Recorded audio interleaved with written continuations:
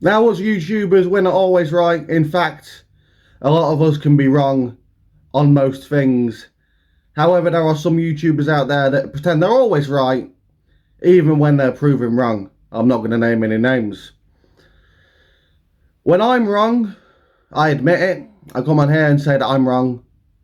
I should have thought differently. I was wrong, my bad, as R-Truth would say. But sometimes I'm right. And most of the time when I'm right, I don't like being right because it's an outcome I did not want. But sometimes when I'm right, I relish in it. And I like to say to the people who said, "You're wrong," I told you so. I told you so. AEW Dynamite Big Business Ratings are in. 801,000 viewers. Down from last week, I believe. Maybe. I'm not sure. It's either down or it's slightly up. Either way, it's not the outcome that they wanted. Okada debuts, botches, and gets a low-rated segment on Collision. He does not help the Collision ratings whatsoever. Will Ospreay debuts, tanks the ratings for the main event of Dynamite. And finally, we have Mercedes Monè, who did not do much for AEW.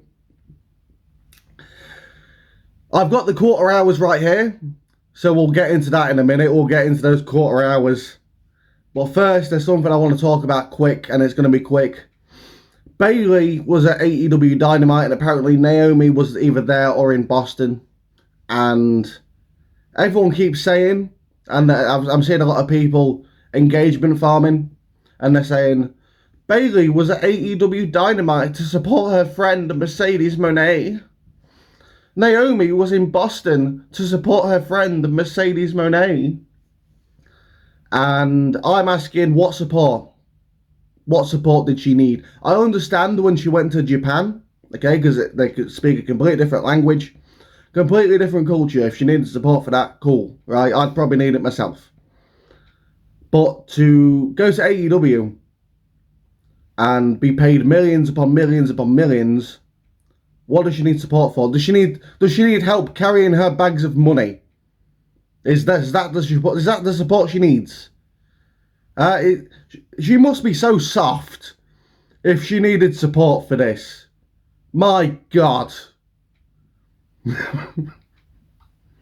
It's stupid. Today's generation, and she's older than me. Why is it that people that are older than me are softer and more fragile? It's ridiculous. And speaking of money, apparently, and I don't know if this is true, this comes from a random Twitter account, but everyone's taken it. Apparently, according to this account, I can't remember the name of AEW something, Tony Khan's paying Mercedes Monè $10 million a year. Now, that's a stupid number, which is why I don't believe it. I think it's $10 million over a certain amount of time. But yeah, apparently that's what she's being paid. And if it's true, which I'm not saying outright it is, Tony Khan is the biggest fucking idiot on the planet and deserves to go bankrupt and live like the little guy. And he'll start to appreciate the value of money. If it's false, it's false. That's what I think it is, but we'll see over the next few weeks, and a sum may come out. But let's get into these quarter hours. And I'm probably going to sound like Brian Last. My hero, Brian Last. Right. AEW Dynamite. March 13th, 2024. Big business. Quarter 1.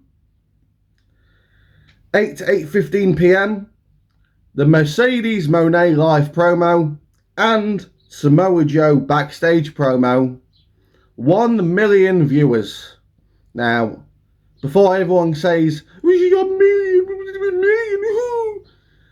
This quarter hour, this first one, is always artificially inflated by the Big Bang Theory. My American friends have informed the internet that when they set their DVRs, the first minute is always the Big Bang Theory and then it gets into Dynamite. So Big Bang Theory always runs, say, a minute over into that quarter. So that's artificially inflated. If AEW Dynamite started there and then, I think the number would be drastically different. Quarter 2, 8:15 to 8:30 PM.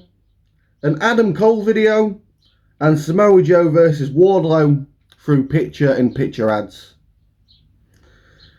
899,000 viewers. So that's a drop of 101,000 there. I'm not going to get into the big maths like Cornette does. As soon as there's a big drop, I ain't going to be able to work that out. I'm too dumb. I'm just putting that out there. Quarter 3, 8:30 to 8:45 PM. The post-match with Swerve Strickland, the Young Bucks, Okada backstage angle, an ad break, and the Elite versus Pac, Penta, and Eddie Kingston. Are we ready for this number? Are we ready for this number? 815,000 viewers.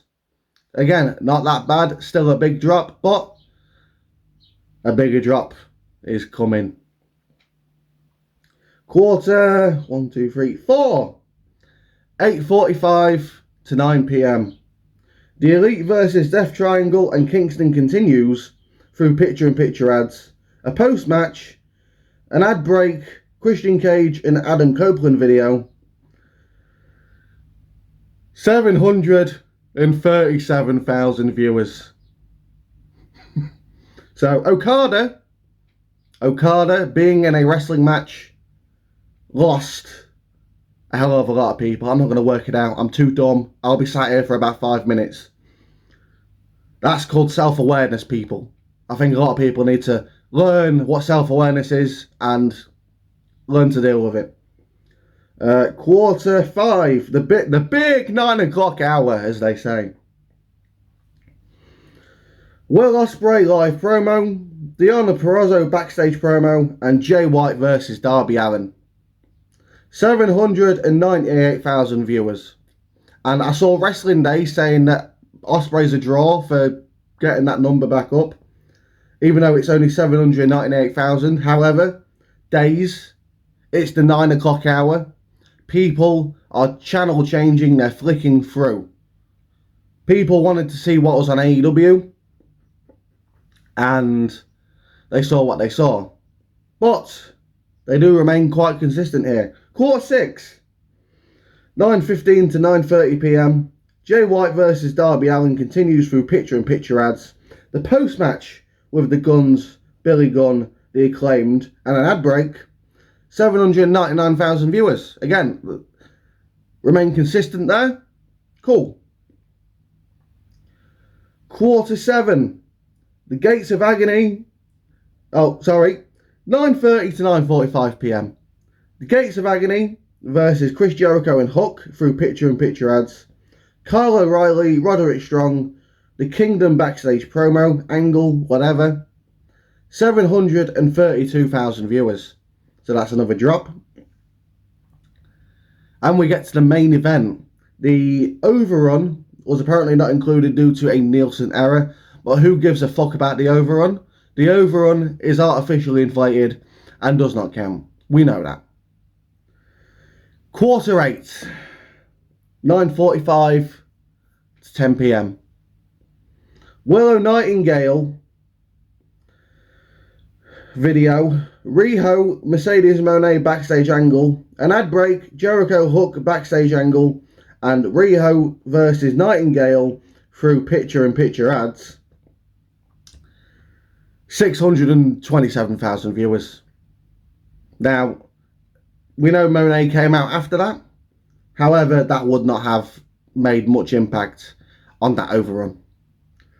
So here we are. We have a main event of 2 women nobody knows of. One of them looks like And don't call me racist.